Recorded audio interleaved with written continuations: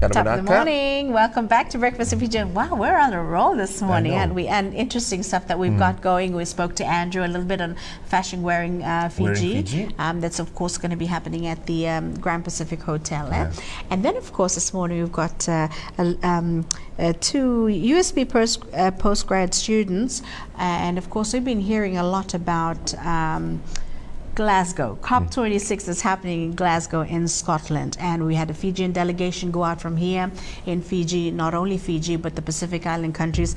We heard a lot about what's been the deliberations that's been in Glasgow, and of course all around 1.5 degrees. And of course this morning I've got Atanas, of course. PPT, is that right, Tatanas? And he's from Vanuatu. Morning through, Misave Pishineswele. And of course, I've got Rosalind Dasnand from Fiji. Thank you so much, guys, for coming this morning. Well, I guess, this morning we want to start off with, we had a delegation that went over to Glasgow. Pretty much, what we've taken forward. Is around climate change. Really, basically, that's the main topic that's everybody's going to Glasgow with. But from Fiji's side, what are some things that I understand that you've gotten back some information of things that have our Prime Minister, not only that, but the delegation on the side talks that has happened and talked about. What are some of those things that you can share with us? So I'm in the COP support team. Right. Funded by USP EU PACRES project, and I'm supporting my government delegations in Glasgow.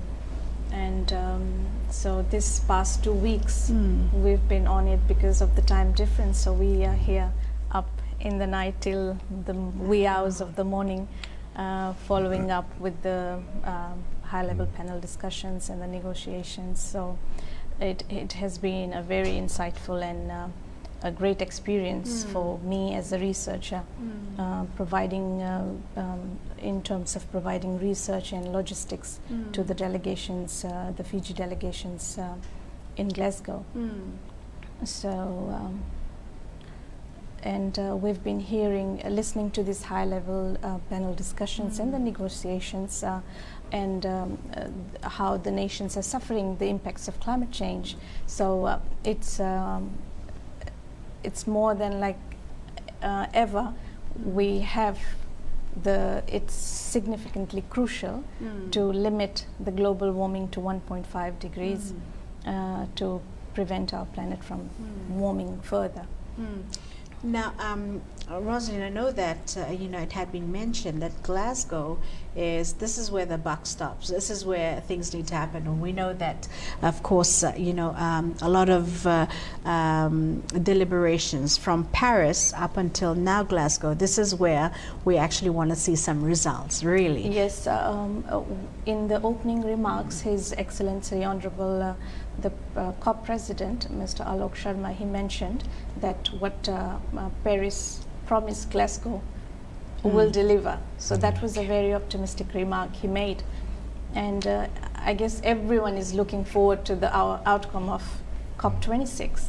And as we are wrapping up COP26 on Saturday in the wee hours of the morning, so we are all hopeful for decisions to be made, the promises that was done in Paris Agreement to be fulfilled in COP26. There are some of the proposed decisions that we have now, and the first being the decisions made on stopping the coal investment. Right. And the second one is some of the countries have committed, new commitments have been made to deliver the $100 billion commitment that was initially made in the Paris Agreement, and now countries like Spain, Japan and Australia, they have recommitted to delivering the $100 billion annually to the developing nations, so that they can use that funding in terms of to facilitate the adaptation measures. And then a few of the countries have pledged to cut down on their coal power, and 100 other countries have promised to cut down on their methane emissions. So these are some Yeah. of the proposed outcomes that we have.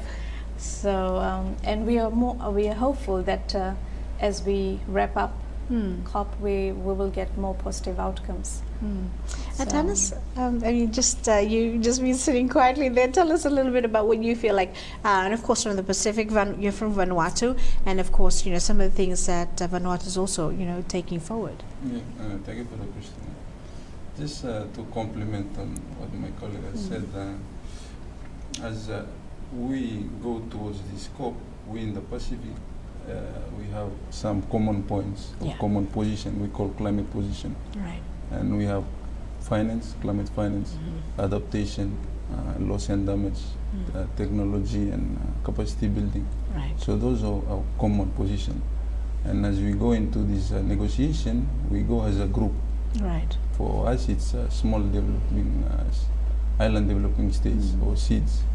So if we have to explain to people how these things work, so COP is like a platform where we go into and we negotiate. Some may say we gamble our climate position in order to find a common ground, sometimes compromise, and then to have an outcome.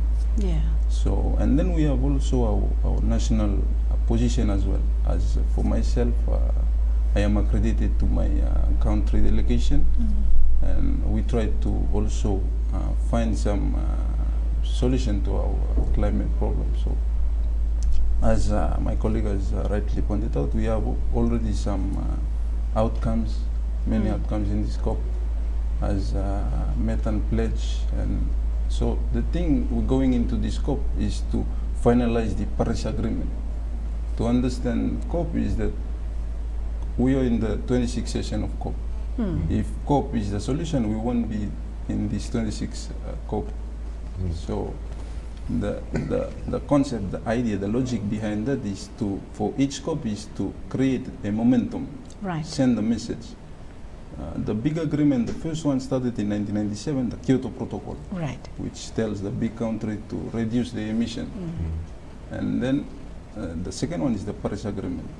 The difference is that in the Kyoto Protocol, we give a mandate to developed country to reduce the emission. And the thing is that we found that countries or sovereign state, we can't, mandate them. So the thing about Paris Agreement is that we ask them to voluntarily pledge and reduce the emissions. So that has sent a message. And as we have seen in 2016 till now, countries have started to invest in green energy, electric vehicles. So that is sending a message.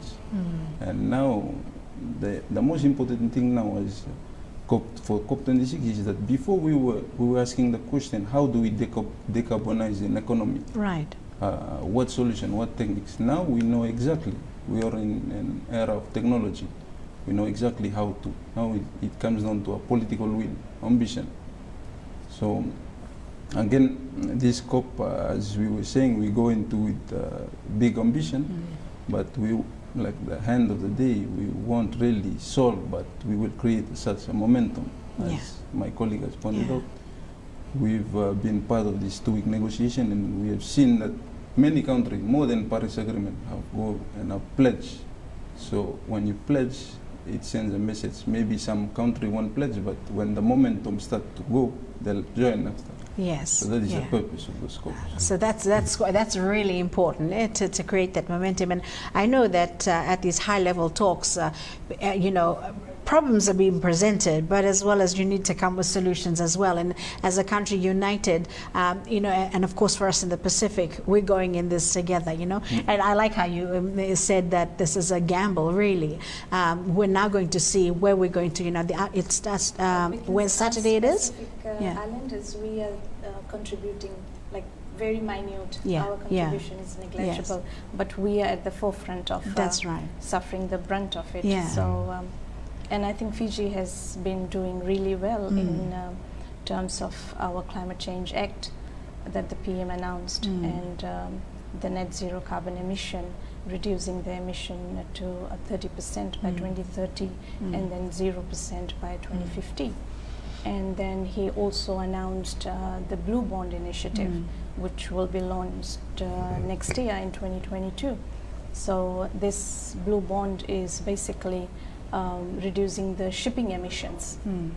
So how are we going to do that? Is we'll replace the government shipping fleets with the hybrid and green hydrogen solution. So we are playing our part. Yes. And what we need is the funding from the developed countries as they had promised. So this COP basically talks about two things, the coal and the cash. So we need to reduce the coal emission, the investment, and then increase the cash flow. That's right. CC, coal and cash. Coal and cash, of course, Rosalind and Atanas would like to talk more on this, but unfortunately time has caught up with us. But thank you so much for bringing some sort of light over this, knowing that it's ending on Saturday in the wee hours of the morning. You guys will need a lot of coffee to stay up for that. But thank you so much for coming and telling us a little bit about this. Of course, we look forward when our delegation comes back, you know, the deliberations and what's the outcome of COP. Everyone's excited, I believe. All right, stay with us on Breakfast of Fiji One. When we come back, okay, we've got more. Of course, we've got our looking back 30 years, or part of our Fiji One celebrations, and that's coming up next. We'll be talking to a former Fiji TV staff.